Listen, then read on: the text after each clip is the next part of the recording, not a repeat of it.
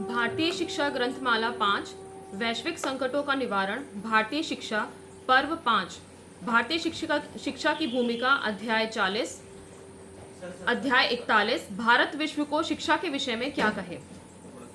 हे विश्ववासियों, भारत विश्व को एक मानता है, सबको अपना मानता है। वह जगत का मित्र है। वह कभी किसी का अहित करता नहीं है, अहित चाहता भी नहीं है।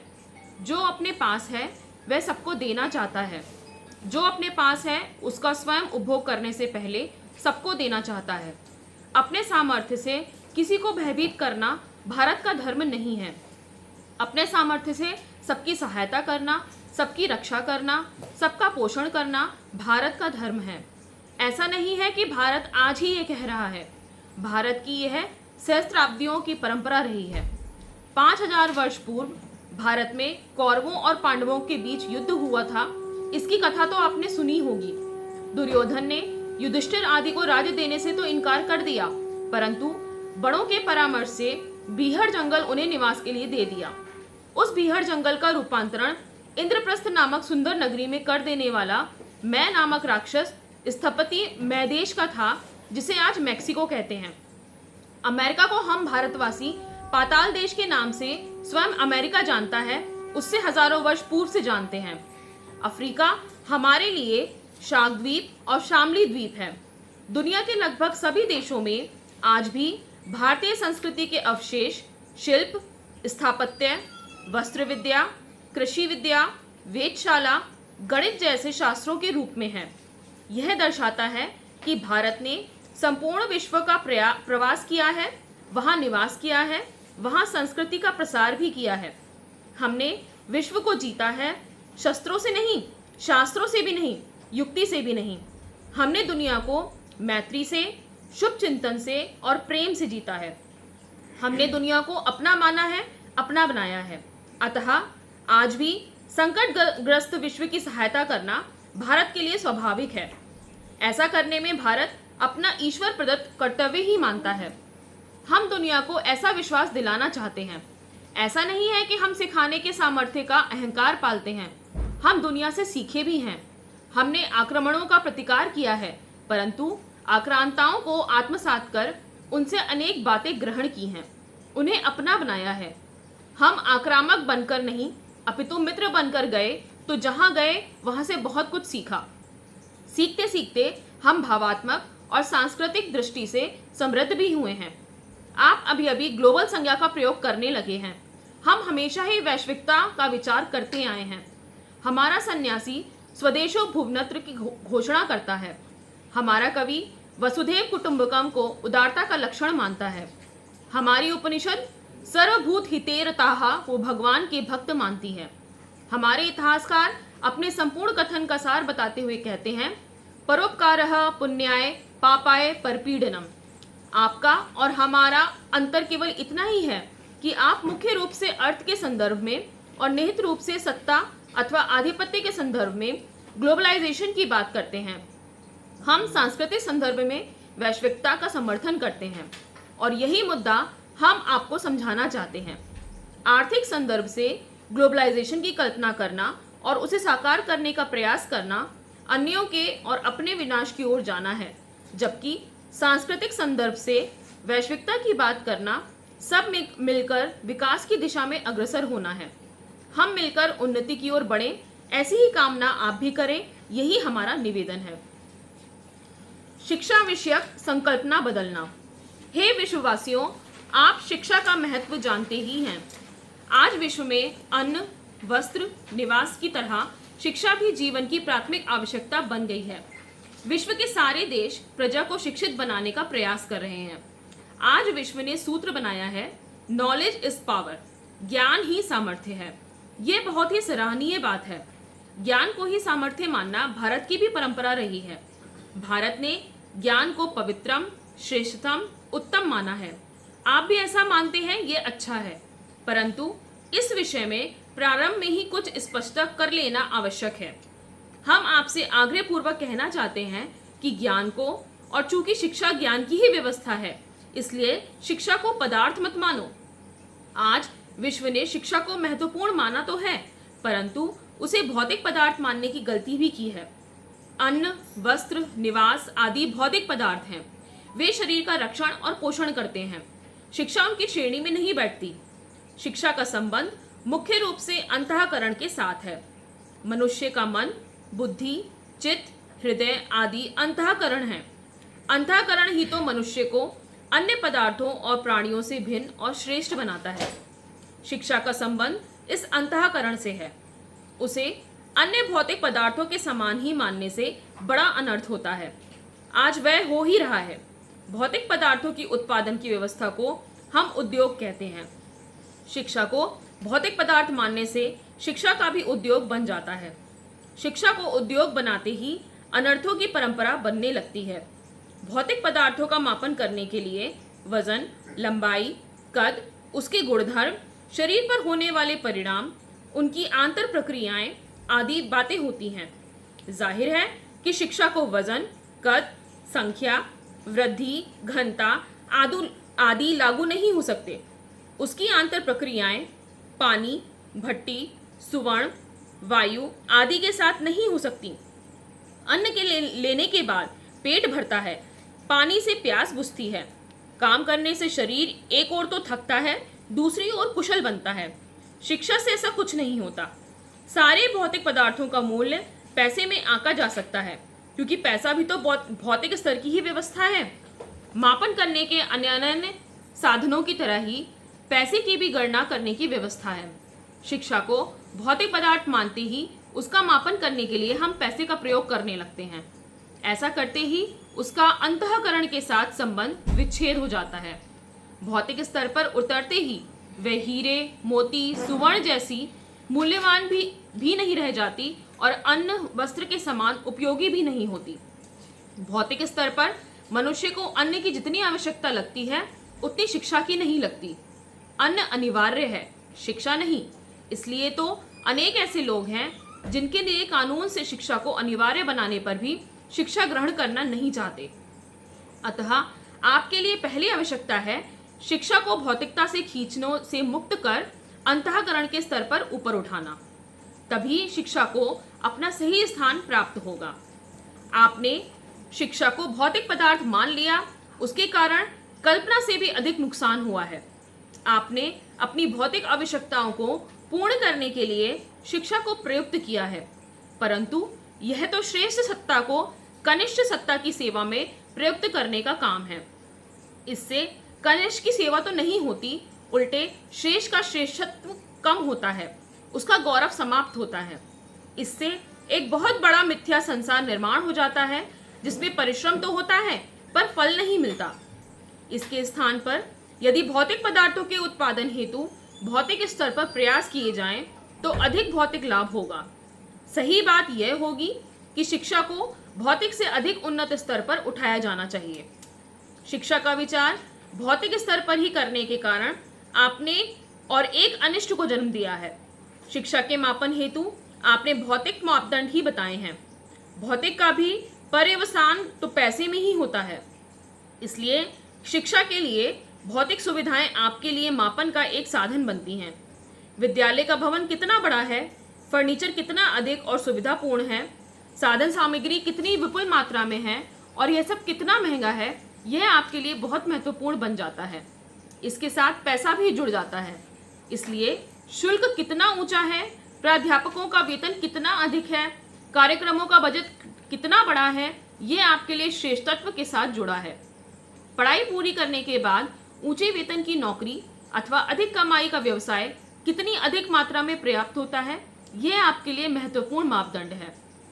आपके विश्वविद्यालयों में जो अनुसंधान होता है उसमें पेटेंट कितना मिलता है और उसके आधार पर आय कितनी होती है, यह मापन का एक और मुद्दा है। यह तो अनर्थों की श्रृंखला है। इसके साथ श्रेष्ठत्व को जोड़ना ही उल्टा सोचना है। यह तो भौतिक दृष्टि से भी सुखी और समृद्ध होने का उपाय नहीं है। मानसिक शांति और भौतिक आनंद की तो कल्पना भी नहीं की जा सकती। आपको अपने भले के लिए भी इस स्थिति को बदलना होगा। अपने वर्तमान प्रयासों की व्यर्थता को समझना होगा। केवल अन्न, वस्त्र, काम प्रवृत्ति से मनुष्य श्रेष्ठ नहीं बनता। ये तो शारीरिक और प्राणिक स्तर की प्रवृत्तियां हैं। अन्य प्राणी भी यह सब करते हैं। उनका जीवन इन प्रवृत्तियों में ही समाहित हो जाता है। हम भारतवासी मनुष्य को इनसे श्रेष्ठ मानते हैं। आपके देशों में भी मनुष्य इन प्राणियों में श्रेष्ठ ही है। मनुष्य का श्रेष्ठत्व किस में है? भौतिक पदार्थों का अनाप शनाप, शोषणकारी प्रयोग और प्राणियों को अपना दास बनाने में, अपना आहार बनाने में श्रेष्ठत्व नहीं है। अपनी अंतःकरण की प्रवृत्तियों को परिष्कृत और व्यवस्थित करने में ही श्रेष्ठत्व है। शिक्षा इसका प्रमुख साधन है। अतः शिक्षा के सारे प्रयासों को इस स्तर पर स्थापित करने की आवश्यकता है। यह अंतःकरण क्या है? अंतःकरण में मन, बुद्धि, अहंकार और चित्त का समावेश होता है। आप भी माइंड, इंटेलेक्ट, ईगो और कॉन्शियस के रूप में इन्हें जानती ही हैं। हाँ, यह मुद्दा भी महत्वपूर्ण है कि इन शब्दों के आपके और हमारे अर्थ और व्याप्ति भिन्न है। यह भिन्नता संस्कृतियों की भिन्नता है, यह भी सच है, परंतु इन संज्ञाओं की कोर एलिमेंट, केंद्रवर्ती तत्व कदाचित एक ही हैं। संक्षेप में ही समझें तो मन समस्त काम प्रवृत्ति का उद्गम स्थान है। आप भी समझ रहे होंगे कि मन की काम प्रवृत्ति को नष्ट तो नहीं करना चाहिए। इसे नष्ट करने से तो मनुष्य की सृजनशीलता का साधन ही नष्ट हो जाएगा। मन अत्यंत शक्तिशाली करण है। काम प्रवृत्ति को भी शक्ति के एक आयाम के रूप में स्वीकार कर उसे नियमन में रखना, नियंत्रित करना और एकाग्र बनाना चाहिए। इसके लिए शिक्षा को प्रयुक्त करना चाहिए। जगत में किए जाने वाले सारे मानवीय व्यवहार की अच्छाई और बुराई का संबंध मन के साथ है। इसलिए मनुष्य को बुराई से मुक्त करना और अच्छा बनाना शिक्षा का अत्यंत महत्वपूर्ण आयाम है।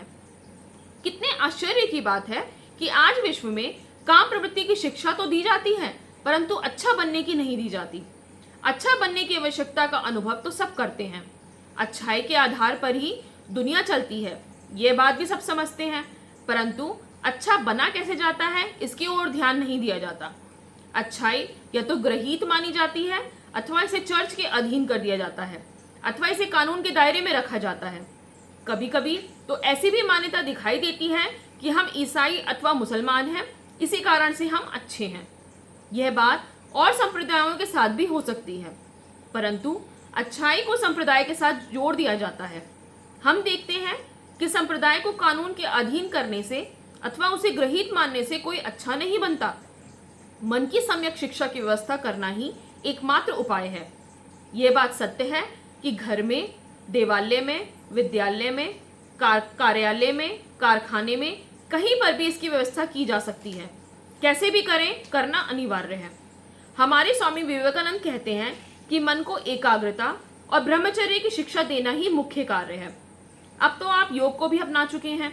योग एक अत्यंत श्रेष्ठ विद्या है, इसमें तो कोई संदेह ही नहीं है, परंतु अब आपको विचार करना है कि भौतिकता को अत्यंत महत्वपूर्ण मानने के कारण आपने योग को भी भौतिक स्तर पर उतार दिया है, जबकि उसका संबंध अंतःकरण के साथ है। पातंजल योग सूत्र योग शास्त्र का आधारभूत ग्रंथ है। उसमें योग को चित्तवृत्ति निरोधः कहा गया है। चित्त को समस्त अंतःकरण के रूप में प्रयुक्त किया गया है। चित्त प्रवृत्तियों का निरोध करने का प्रारंभ मन को सज्जन बनाने, शांत बनाने और एकाग्र बनाने से होता है। आपने उसे आसन, प्राणायाम, मुद्रा आदि में बद्ध कर दिया, उसे भौतिक रूप दे दिया। योग भौतिक स्तर का विषय ही नहीं है। अतः पहली बात तो यह है कि मन की शिक्षा की व्यवस्था करें।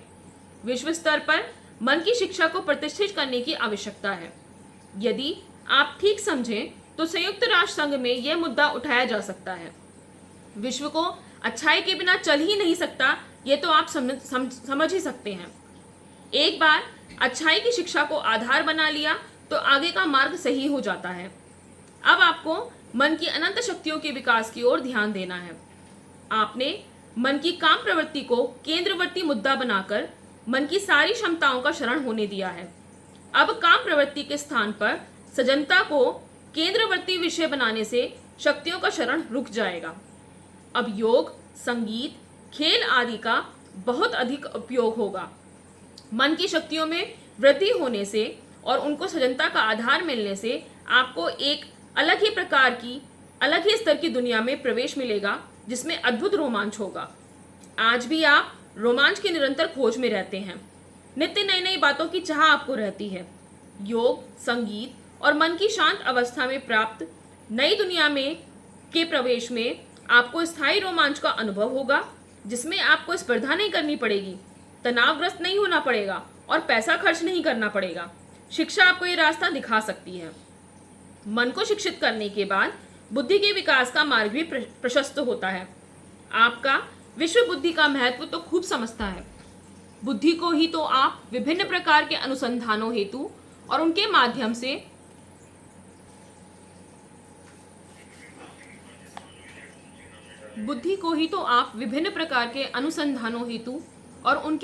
से दुनिया को वश में करने के काम में लगाते हैं। परंतु सज्जन मन के सहयोग से बुद्धि तेजस्वी, कुशाग्र और विशाल बनती है, इस बात का अनुभव करना शेष है। साथ ही आपके अहंकार को दायित्व बोध सिखाना है। चित्त तो सर्व प्रकार के अनुभवों का, जिन्हें हम संस्कार कहते हैं, संग्रह स्थान है। उसे शुद्ध करना यह भी आपको सीखना चाहिए। इसके बाद ही आपकी सृजनशीलता का विकास होगा। तब आपको स्वतंत्रता, अभय, प्रेम, सौंदर्यबोध आदि संकल्पनाओं का सही अर्थ समझ में आएगा। आज तो इन संज्ञाओं को अर्थ मन की काम प्रवृत्ति और भौतिकता के आकर्षण की सलाखों में कैद होकर विपरीत ही अर्थ धारण किए हुए हैं। इन्हें मुक्त करने पर आपका भी अनुभव विश्व अलग ही होगा। इस अंतःकरण के स्तर को प्राप्त करने हेतु शिक्षा को आप प्रयुक्त कर सकते हैं।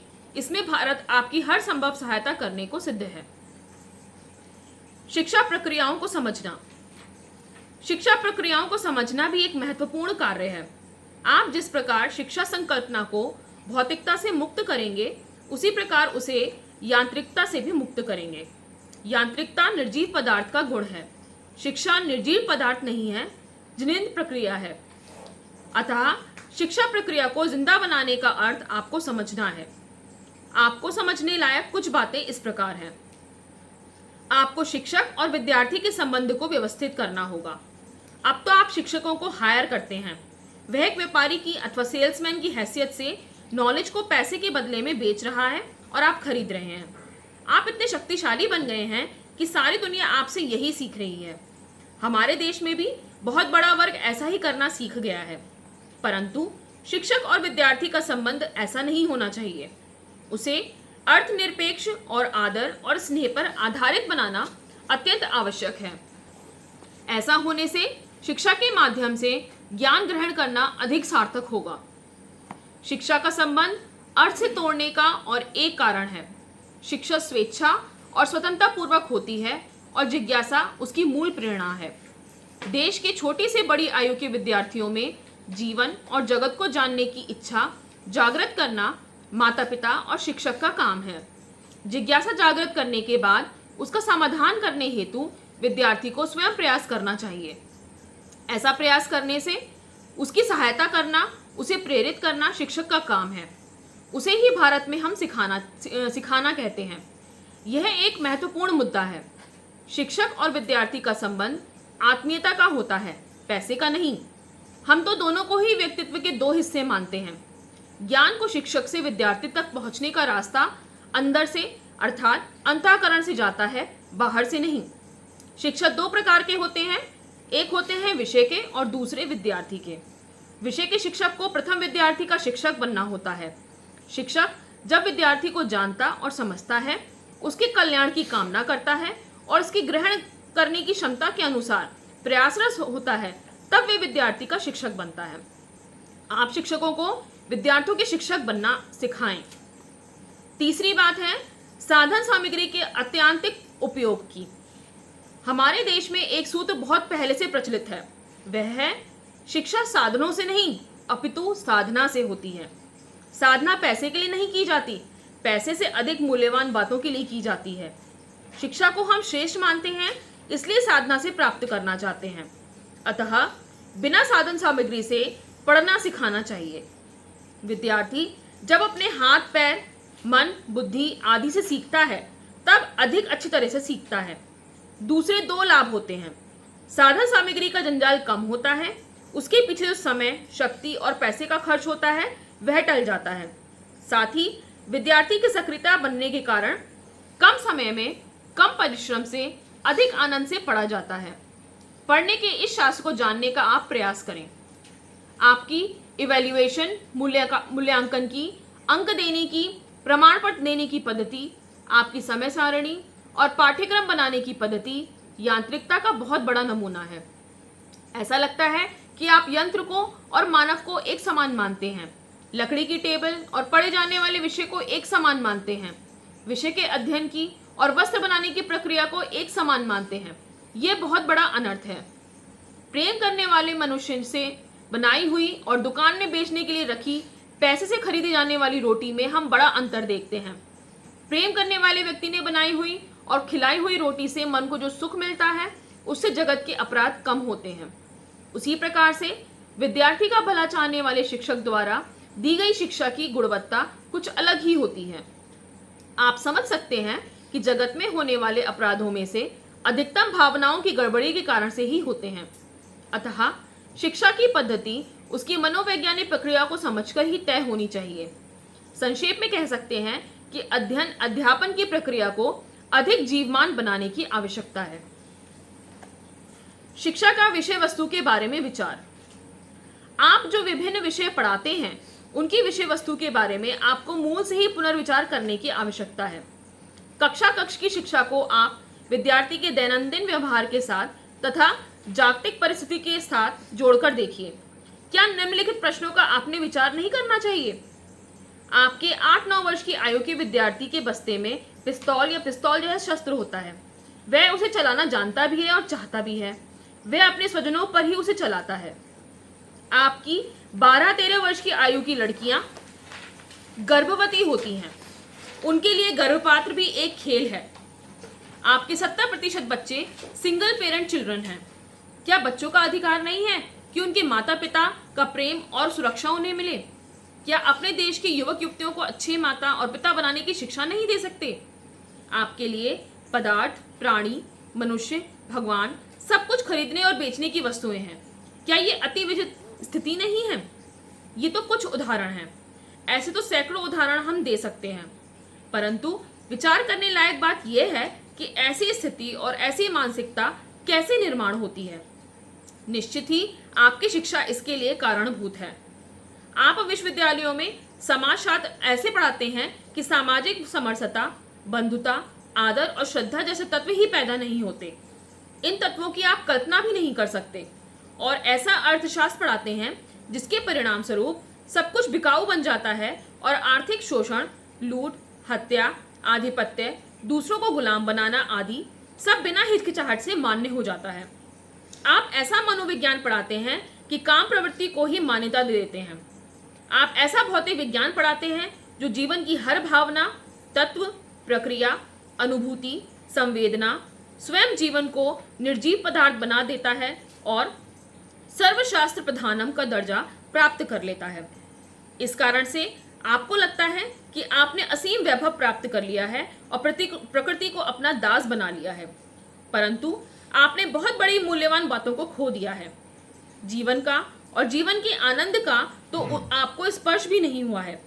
प्रकृति को अपना दास बना लेना सिद्धि नहीं है, विजय नहीं है। प्रकृति के प्रेम और आशीर्वाद से आप वंचित हो जाते हैं और आपको एहसास भी नहीं होता कि आपने कितनी मूल्यवान चीज को खो दिया है। आप जानते ही नहीं हैं कि धर्म और संस्कृति जैसे विषयों का आपके जीवन विचार में स्थान ही नहीं है। इनके समानार्थी लगने वाले शब्द रिलीजन और कल्चर तो आपके पास हैं, परंतु उनका अर्थ तो आपने सर्वथा बदल दिया है। एक बार भारत इन संज्ञाओं का तात्विक और व्यवहारिक अर्थ क्या समझता है वह जानने का प्रयास कीजिए तो आपको पता चलेगा कि इतनी अद्भुत संज्ञाएं दूसरी कम ही होंगी। मनुष्य की बुद्धि कितनी गहराई में जा सकती है, इसके ये उदाहरण हैं। संक्षेप में आपको विभिन्न विषयों के पाठ्यक्रमों और विषय वस्तु के बारे में अत्यधिक पुनर्विचार करने की आवश्यकता है। मानसिकता बदलना। आपको सुखी होना है तो शिक्षा क्षेत्र से स्पर्धा के तत्व को निष्कासित कर देना होगा। बात एकदम से आपकी समझ में नहीं आएगी, क्योंकि स्पर्धा की प्रतिष्ठा के मूल आपकी सर्वश्रेष्ठ बनने की लालसा में है। क्या आपने अपने ही बारे में कभी सोचा है कि आप श्रेष्ठ नहीं सर्वश्रेष्ठ बनना चाहते हैं? श्रेष्ठ बनना तो अच्छा है, परंतु सर्वश्रेष्ठ बनने की चाह रखना अमानवीय है और हिंसा है। दूसरों से आगे निकलना, दूसरों को पीछा रखना अच्छी चाह नहीं है। मानवीय संबंधों के क्षेत्र में ये अनेक दूषणों को जन्म देती है। स्पर्धा, संघर्ष, हिंसा और नाश इसके अनिवार्य चरण हैं। दुख, दौर्मनस्य, मारकाट और बुद्धि इसके अनिवार्य परिणाम हैं। विश्व के सुख और शांति का नाश करने वाले इस स्पर्धा के तत्व को तो जीवन से निष्कासित करना शिक्षा ही सिखाती है, परंतु आपने शिक्षा को ही स्पर्धा से दूषित कर दिया है। वह इतनी प्रभावी बन गई है कि कक्षा कक्षों से निकलकर संपूर्ण जीवन में व्याप्त हो गई है। इससे मुक्त होना आपके लिए भारी चुनौती है, परंतु उस चुनौती का स्वीकार किए बिना आपकी सद्गति नहीं होगी। आपके सुखी और समृद्ध जीवन के लिए आपको और एक बात करनी होगी। आपके पदार्थों, प्राणियों, वनस्पति और मनुष्यों के साथ के संबंधों में भी परिवर्तन करना होगा। ये संबंध सर्वप्रथम तो आत्मीयता के बनाने होंगे। यदि आप सृष्टि की हर सत्ता के साथ प्रेम से नहीं जुड़ेंगे तो सुखी कैसे हो सकेंगे। यह विश्व प्रेम, ज्ञान, धर्म और सत्य के आधार पर ही चलती है। ये केवल भारतीय सिद्धांत नहीं है, ये सार्वभौम सिद्धांत। आपको भी इसका स्वीकार करना होगा। यह सत्य आपको कौन सिखाएगा? आपके विश्वविद्यालयों को ही इस विषय में पहल करनी होगी। विद्वजन वैश्विक स्तर पर अध्ययन करेंगे तो कुछ कर पाएंगे। विश्व के अन्य अन्य देशों के साथ विमर्श करना और सही निष्कर्ष पर पहुंचना उनका ही काम है, परंतु उन्हें ऐसा करने हेतु निवेदन करना आपका काम है। हर समस्या का ज्ञानात्मक हल ही श्रेष्ठ हल होता है। इस दृष्टि से विश्वविद्यालयों को सक्रियता होनी ही होगी। भारत मानता है कि शिक्षा धर्म सिखाती है। हमने पहले ही कहा है कि आपके विचार विश्व में धर्म की संकल्पना बताने वाली एक भी संज्ञा नहीं है। धर्म कहते ही हम जो समझते हैं वह आपकी कल्पना में नहीं आता। आपने हमारे धर्म को रिलीजन कहकर बड़ा घालमेल कर दिया है। आप जिसे ethics, universal law, nature, duty, religion कहते हैं, उन सब का समावेश हमारे धर्म शब्द में होता है। आप यदि धर्म संकल्पना को समझ लेंगे तो धर्म और शिक्षा का संबंध कैसा है वह भी समझ में आ जाएगा।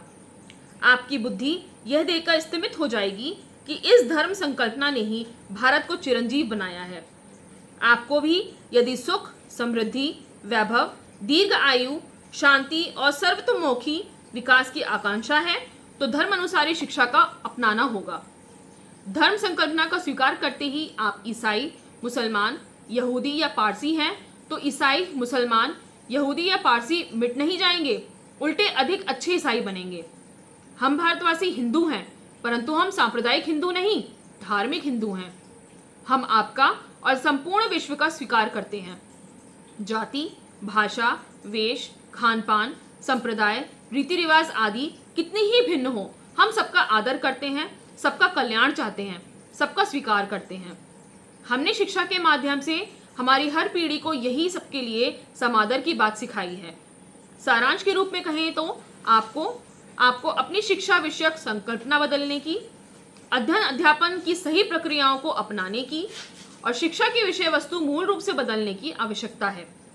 आपने अपनी जीवन पद्धति और शिक्षा व्यवस्था से चलकर अनुभव कर ही लिया है कि इनके परिणाम स्वरूप न केवल आप अपितु सारा विश्व विनाश की ओर धंस रहा है। अब उस विनाश से बचना है तो जरा भारत की काल सिद्ध जीवन पद्धति और शिक्षा पद्धति अपनाकर अनुभव कर लीजिए। आपको तुरंत आश्वस्ति का अनुभव प्राप्त हो जाएगा।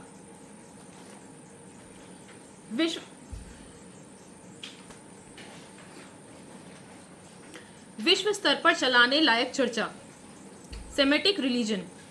सेमेटिक रिलीजन का मुख्य लक्षण है सह अस्तित्व को नकारना। सह अस्तित्व को नकारने के क्या दुष्परिणाम होते हैं, इसकी चर्चा अन्यत्र हुई है, परंतु इसका उपाय क्या हो सकता है, इसका विचार करना ही अधिक महत्वपूर्ण है। इस दृष्टि से चर्चा के प्रकार कुछ इस प्रकार हो सकते हैं। विश्वविद्यालयों में अध्ययन और चर्चा। अनेक समस्याओं के ज्ञानात्मक हल श्रेष्ठ हल होते हैं, अतः विश्वविद्यालयों में इस विषय को महत्व देना चाहिए। इसके मुद्दे विभिन्न स्तरों पर होने चाहिए। पहला मुद्दा है विभिन्न रिलीजन का शास्त्रीय अध्ययन। मूल तत्व ज्ञान क्या है और उसके अनुसार व्यक्तिगत और सामाजिक व्यवहार के सिद्धांत क्या हैं, इसे जानने का प्रयास करना चाहिए। सभी रिलीजनों की विश्व दृष्टि और जीवन दृष्टि क्या है, इसे जानने का प्रयास किया जाना चाहिए। इसके आधार पर विश्व के पदार्थों, प्राणियों और मनुष्यों के साथ के व्यवहार के क्या निर्देश दिए गए हैं, ये जानना चाहिए। दूसरा महत्वपूर्ण मुद्दा है सत्य और न्याय पर आधारित मूल्यांकन।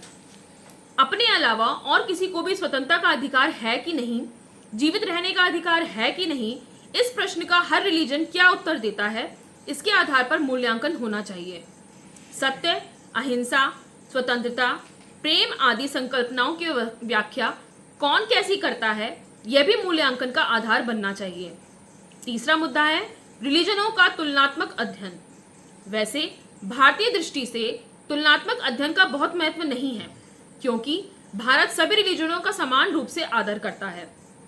परंतु भारत ने संप्रदायों के संकट को अपनी विशिष्ट शैली से हल करने का यशस्वी प्रयास किया है। भारत की धर्म संकल्पना रिलीजन संकल्पना से भिन्न है, उससे कहीं अधिक व्यापक है। भारत मानता है कि विश्व में अनेक संप्रदायों का होना स्वाभाविक है। संप्रदाय समुदायों की देशकाल परिस्थिति के अनुसार पैदा होते हैं, विस्तारित होते हैं, कभी मिटते भी हैं। उनमें व्यवस्थागत और व्यवहारगत बदल भी हो सकते हैं, परंतु संप्रदायों का मूल्यांकन धर्म के निकष पर होता है। धर्म सनातन तत्व है। सृष्टि की उत्पत्ति के साथ ही उसकी भी उत्पत्ति हुई है। वह संपूर्ण सृष्टि के जीवन का आधार है। प्रतिमा, पुस्तक, पैगंबर, पूजा पद्धति, विधि निषेध आदि में वह सीमित नहीं है। ये सारे संप्रदाय के लक्षण हैं। धर्म जगत के सभी संप्रदायों से परे है, इसलिए वह सभी संप्रदायों का निकष है। भारत की इस धर्म संकल्पना की चर्चा विश्व पटल पर चलाने की आवश्यकता है। दुर्भाग्य से धर्म संकल्पना को संप्रदाय के स्तर पर ही समझने का प्रयास होता है। उसे हिंदुत्व के साथ जोड़कर ईसाई हिंदू, मुसलमान हिंदू, पारसी हिंदू, सिख हिंदू, बौद्ध हिंदू, जैन हिंदू, इस प्रकार पक्ष बनाए जाते हैं। फिर हिंदुत्व को भारत के साथ जोड़ दिया जाता है और भारत में केवल हिंदू धर्म नहीं रहेगा और धर्म भी रहेंगे, क्योंकि भारत के संविधान ने धर्म को निरपेक्षता को आधारभूत सिद्धांत माना है। वास्तव में ये सारा तर्क कुतर्क है, इसे बुद्धि का आधार नहीं है, ये राजनीतिक कुटिलता है। इसमें अज्ञान और विद्वेष समान रूप से समाये हुए हैं। परंतु स्वस्थ चर्चा चलाकर यह समझने और समझाने का प्रयास करना चाहिए कि धर्म संकल्पना शुद्ध रूप से वैश्विक है और इस वैश्विकता में पंच महाभूत प्राणी, वनस्पति, मनुष्य आदि सबका समावेश होता है। इस विश्व धर्म के निकष पर विश्व के सभी संप्रदायों का मूल्यांकन करना चाहिए। यह भारतीय है इसलिए वैश्विक है, यह भारतीय है इसलिए हिंदू है, इसलिए वैश्विक है, यह सही नहीं है। ये वैश्विक है इसलिए हिंदू है, इसलिए भारतीय है, वह सही तर्क है।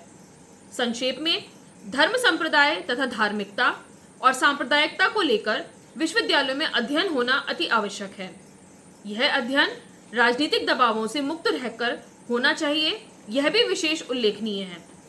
अनुभूति और उदार बुद्धि की इसमें अनिवार्य आवश्यकता रहेगी। आज अनुभूति की स्वीकृति नहीं है, इसलिए केवल उदार बुद्धि और विशाल बुद्धि की आवश्यकता मानना चाहिए। यह चर्चा पर्याप्त रूप से व्यापक और परिणामकारी होनी चाहिए।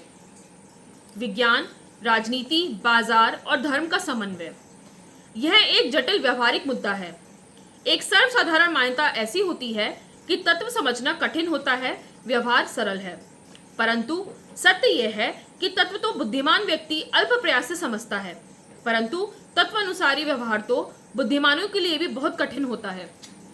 परंतु इस कठिन से कठिन समस्या को समझे बिना चराचर सृष्टि का भला नहीं हो सकता। इसलिए कुछ मुद्दों पर क्रमशः चर्चा चलाने की आवश्यकता है।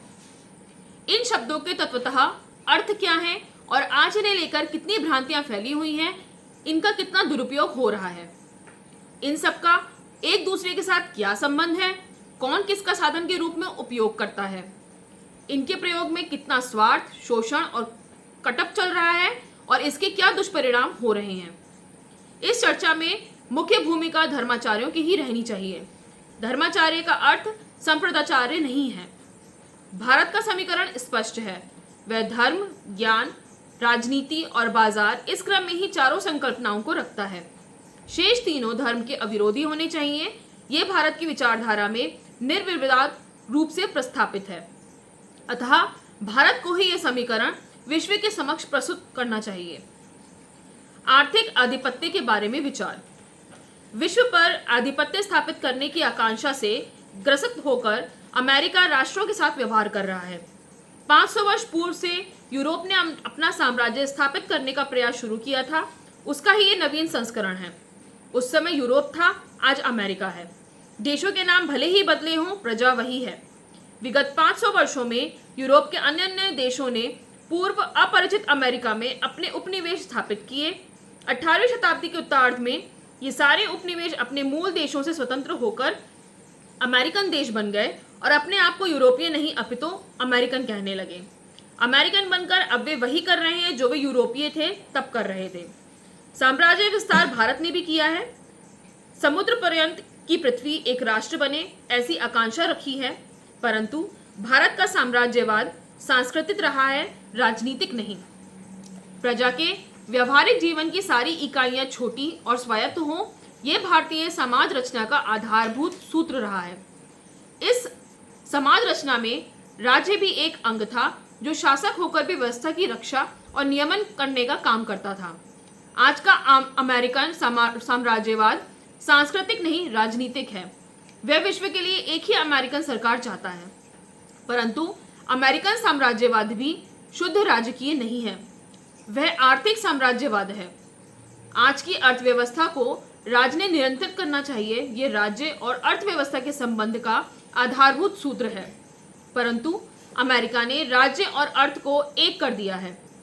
अर्थव्यवस्था ने ही राज्य अपने हस्तक कर लिया है। शासक और व्यापारी एक ही हैं। अब अर्थ को नियंत्रण में रखने की आवश्यकता नहीं, अर्थ स्वयं नियंत्रक है। यह बाजार साम्राज्यवाद है।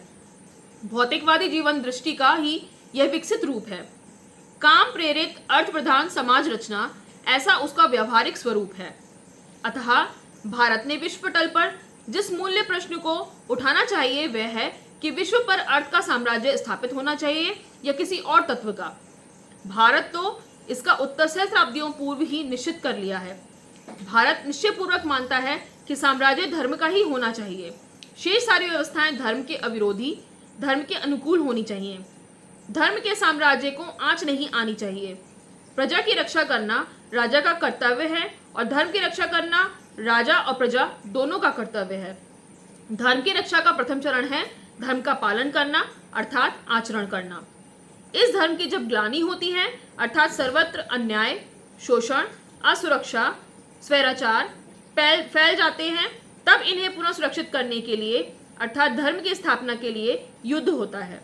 भारत में इसे धर्म युद्ध कहते हैं। धर्म के लिए युद्ध ही धर्म युद्ध है। इतिहास में एक से अधिक ऐसे युद्ध हुए हैं।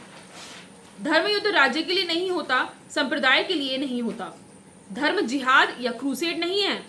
धर्म युद्ध दुर्जनों का नाश कर सज्जनों की रक्षा करने के लिए होता है।